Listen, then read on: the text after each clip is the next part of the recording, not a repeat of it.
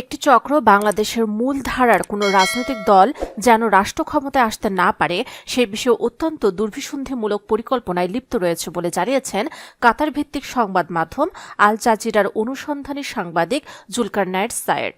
বৃহস্পতিবার রাতে তার ভেরিফাইড ফেসবুক পেজে এক পোস্টে এ কথা জানান তিনি।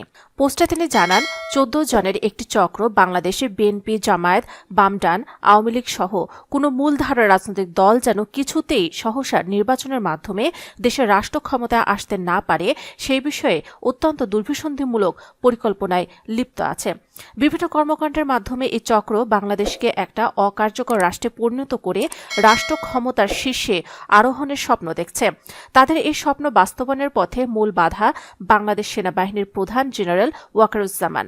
জুলকারনাইন সায়েদ আরও জানান, একই গোষ্ঠীর প্রধান রাজনৈতিক দল বিএনপি এবং জামায়াতে ইসলামীকেও বেকায়দায় ফেলতে অতি তৎপর। বাংলাদেশের বর্তমান অন্তর্বর্তী সরকার যেন সহসা সুষ্ঠুভাবে নির্বাচন আয়োজন করতে না পারে সেই লক্ষ্যে এরা অগ্রসর হচ্ছে। জামায়াতকে বাজেভাবে উপস্থাপন করতে এরা বিভিন্ন গোষ্ঠীকে ব্যবহার করছে। দাড়ি টুপি পরলেই যে কেউ জামায়াত সংশ্লিষ্ট, আপনাদের এই ধারণা বাদ দেওয়া সেই কারণেই বেশ জরুরি। তিনি আরও জানান, বিএনপির অভ্যন্তরীণ কিছু সমস্যার সুযোগটাও একে শতভাগ ব্যবহার করছে। আর দেশের পরিস্থিতি উত্তপ্ত করতে প্রতিনিয়ত এরা বিশেষ একটা গোষ্ঠীকে মাঠে নামিয়ে অহেতুক মব সৃষ্টি করছে।